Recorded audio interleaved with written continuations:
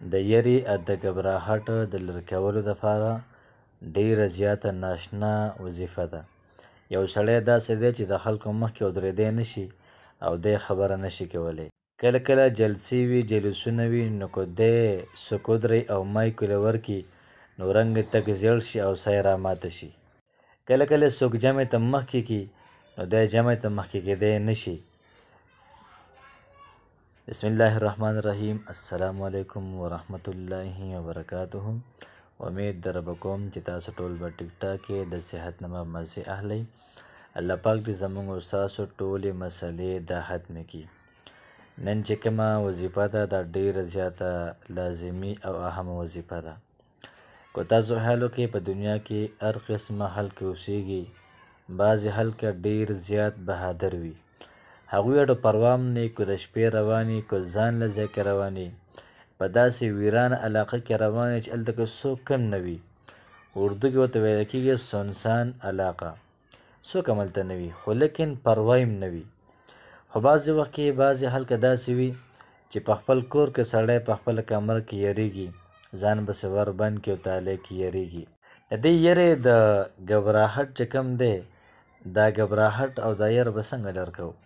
کله په کالج کې پروګرام وي، کله په سکول کې پروګرام وي، نو که څوک د پاسئ نو د خلکو مخکې خبرې نشو کولی. که خبره کوو نو رنګ هم زیړ شي او خپې هم مړچېدل شروع شي. دا ټولې مسلې چې کوم دي د دې دپاره ډېره زیاته بهترینه وظیفه ده. بعضې وخت کې د جومات استاد یې نه وي، د جمع څوک نه وي نو دی څوک مخکې کړي نو بیا یې چل نه ورځي چې څنګه دا جمع وکړم او څنګه الله اکبر ویم او څه وکړمه. هغه طرف ته بالکل خطا شي، ګبراهټ پرې راشي، یره پرې راشي.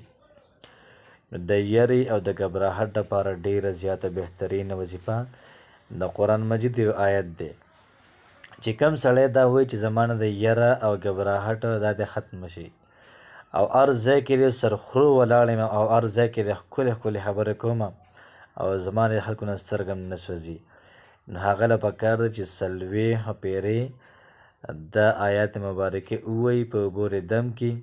انشاءالله العزیز څومره ګبراهټ وي څومره یره وي دا به ختمه شي. الذین آمنوا وتطمئن قلوبهم بذکر الله الا بذکر الله تطمئن القلوب.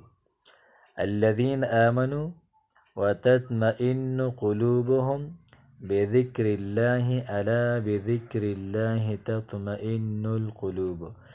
دا دې څوک 41 پورې ووایي او په اوبو یې دم کړي.